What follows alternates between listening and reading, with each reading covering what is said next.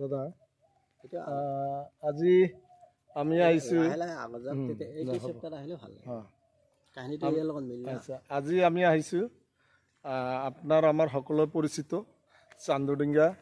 এই চান্দডিঙ্গার যেটো ইতিহাস আছে আমার এই মন্দিরের পুরোহিতজনের ওচৰত আমি শুনিবলৈ পাম যে তেখেতেও ক'ব যে চান্দডিঙ্গা পাহাৰৰ আমি পুৰণি কালতেই শুনিছিলোঁ মুৰব্বীসকলৰ মুখৰ পৰাই যে চান্দডিঙ্গা পাহাৰৰ এটা চাঁদ সদাগাৰ আৰু মানে মা মনসাৰ এটা ডাঙৰ ইতিহাস আছে। সেই ইতিহাসটো আমি এই চান্দডিঙ্গা পাহাৰৰ যিটো মন্দিৰৰ পুৰোহিত এই পুৰোহিত ডাঙৰীয়াৰ ওচৰত আমি শুনিম। দাদা অলপ কওকচোন এই বিষয়ে আপুনি কি ক'ব? এইটো আসলে পদ্মপুৰাণ কিতাপ হিচাপে চাঁদ সদাগৰ আৰু মা মনসাৰ মাজত পূজা পাতললৈ কাজিয়া চলিছিল। প্ৰথম অৱস্থাত চাঁদ সদাগৰৰ 6জন ল'ৰা আছিল, 7ম ল'ৰা আছিল। 6জন ল'ৰা এজন এজন কৰি 6জন ল'ৰা ঢুকালে, তথাপি চাঁদ সদাগৰে চাঁদ মনসা দেৱীৰ পূজা দিবৰ কাৰণে মান্তিক হোৱা নাছিল। এয়া আমাৰ যোনখিনি যে আমি ঠিক আছে এয়া হ'ল আপোনাৰ 7ম নম্বৰ ঘটনা। এয়া পদ্মপুৰাণ কিতাপ হিচাপে এইটো আচলতে কালিদাহ মহাসাগৰ বুলিয়ে কয়, যিহেতু চাঁদ সদাগৰ আৰু মা মনসা দেৱীৰ কাজিয়াটো হৈছিল কালিদাহ মহাসাগৰত। যদি পদ্মপুৰাণ কথাখন সত্যতা হয়, আমাৰ এই অঞ্চলটোত চাঁদ সদাগৰৰ ডিঙা ডুবাইছে, ডুবোৱাৰ ফলত চান্দডিঙ্গা হয়, তেনেহ'লে আমি কালিদাহ মহাসাগৰৰ বুকুতে আছোঁ।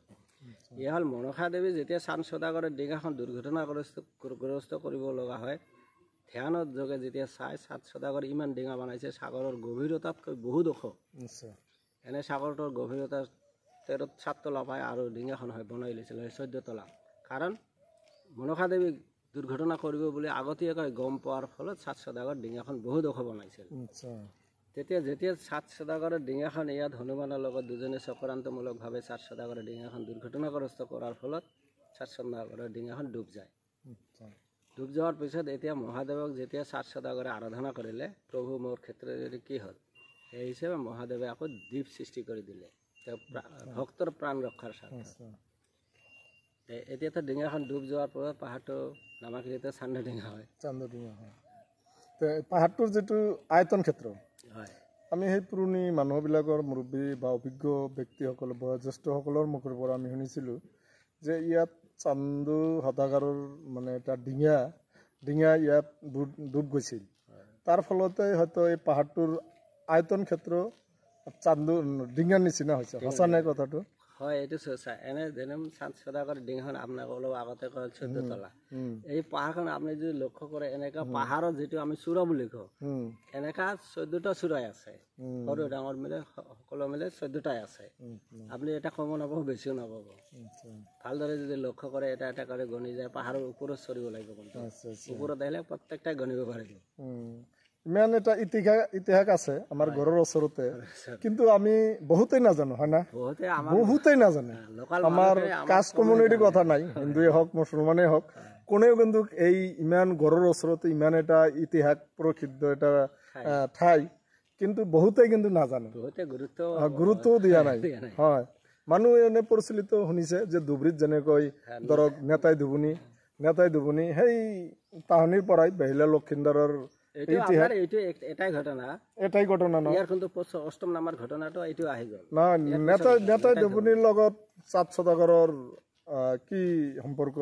সেই সময় একে সময়ৰ ঘটনা হয়, একে সময়ৰ ঘটনা। এতিয়া নেতাই ধুবুনী হ'ল এই মনসা দেৱীৰে নেতাই ধুবুনী কোন? মনসা দেৱীৰ ভনী। তেখেতে যেতিয়া লক্ষিন্দৰে 7ম ল'ৰাটো ঢুকালে চাঁদ সদাগৰে পূজা, তেতিয়াও মনসা দেৱীৰ পূজা নাপাতিব বুলি, তেতিয়া 7ম নম্বৰৰ ল'ৰাটো হ'ল লক্ষিন্দৰ আৰু তাৰ বোৱাৰীজনী হ'ল বেফুলা।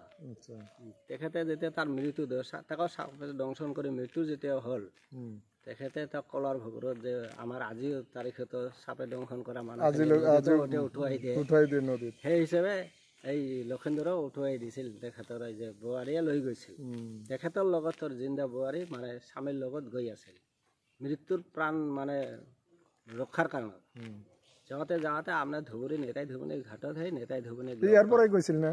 ইয়াৰ পৰা নহয়, আপুনি এইটো একচুৱেলি ছয়গাঁও মেহেন্দ্ৰ ঘৰৰ পৰা আহিছিল, ছয়গাঁও ছয়গাঁও মেৰ ঘৰৰ এই যে কি কয় যে সেইটো এই যে পাহাৰ যে পাহাৰ যে আছে, কি পাহাৰ এইটো আছিল পুৱামক্কা হাজ হয় এইটো মই পাহাৰটো সঠিক ক'ব ডেকদহা পাহাৰ এটা আছিল নে ডেকদহা হয় তাত এতিয়াও বোলে সাপৰ উৎপত্তি আছে তাতে আছে হয় না ডেকদহা পাহাৰ বুলি কয় তাত বোলে ডাঙৰ এটা পুখুৰী আছে সেই পুখুৰীত খালি অকল সাপ আৰু সাপ এনেকুৱা এটা আছে না শুনিছো আমি ডেকদহা পাহাৰ বুলি আমি শুনিছো ইয়াৰ ভাল নাম কি নাজানো সেই পাহাৰৰ পৰাই হয়তো বেউলাই সেই বেলাখন ভেলাখন আহিছিল দিছে আৰু সেইটো ধুবুৰীৰ নেতাই ধুবুনী গাঁৱত নেতাই ধুবুনীক লগ পালে নেতাই ধুবুনীক লগ পোৱাকে এইটো চব ওপৰলা ভগৱানেৰ চক্ৰান্ত তো ইমান এজন সততা নাৰী তেখেতৰ মৃত্যু স্বামীক লৈ আছে ক'ত যাব কেনেকে যাব ক'ত ভগৱানৰ ওচৰত যাই লগ পাব সেইটো গম নাপায় সেই হিচাপে নেতাই ধুবুনীক মানে তাক লগ কৰাৰ কাৰণে এটা ফৰ্মুলা দিছিল স্বৰ্গৰ যেতিয়া মানে দেৱতাবিলাকৰ কাপোৰ ধোৱাৰ কাৰণে আহিছিল